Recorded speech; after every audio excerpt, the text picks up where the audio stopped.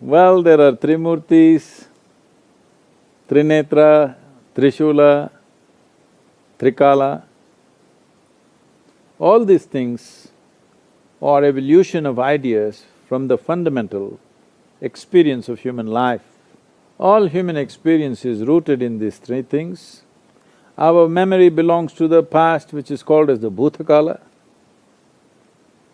Our experience always is Vartamana or the present, and our imagination and aspirations are always of the future, which is Bhavishya. So essentially, human experience of life happens between memory, experience and imagination.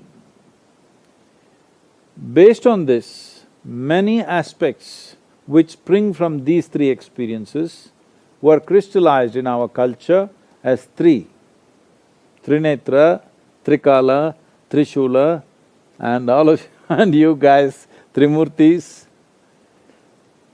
So this fundamental needs to be understood, that all these three dimensions exist in Vartaman. All this past and future actually exists now, because it's only now that you can remember, it is only now that you can imagine. There's a whole lot of teaching going around in the world, particularly in United States, but I think it has also hit the western coast of India. People are going about talking, be in the moment, be in the moment. They are worshippers of the present. But I do not understand why somebody is telling you to be in the moment, because you cannot be anywhere else. Where else can you be? Can somebody show me where else they can be other than be in the moment? So we are anyway rooted in Vartaman, but our memories are of the past, our imaginations and aspirations are of the future. So essentially, people who worship only today, people who worship only the present, they are telling you just be in the moment, do not think about the past, do not think about the future. Well, it took millions of years to bring this level of cerebral capability for this brain to blossom like this, to be able to have a vivid sense of memory and a fantastic sense of imagination. It took millions of years of evolutionary work. But today, somebody is telling you, let's junk all that and be like a earthworm.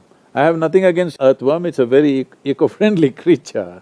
But all this evolutionary work that has happened upon us to bring us to this level of cerebral capability should not be surrendered to some simple philosophy. The reason why people are saying this is because the only two fundamentals of people's misery is just this. People can suffer what happened 10 years ago.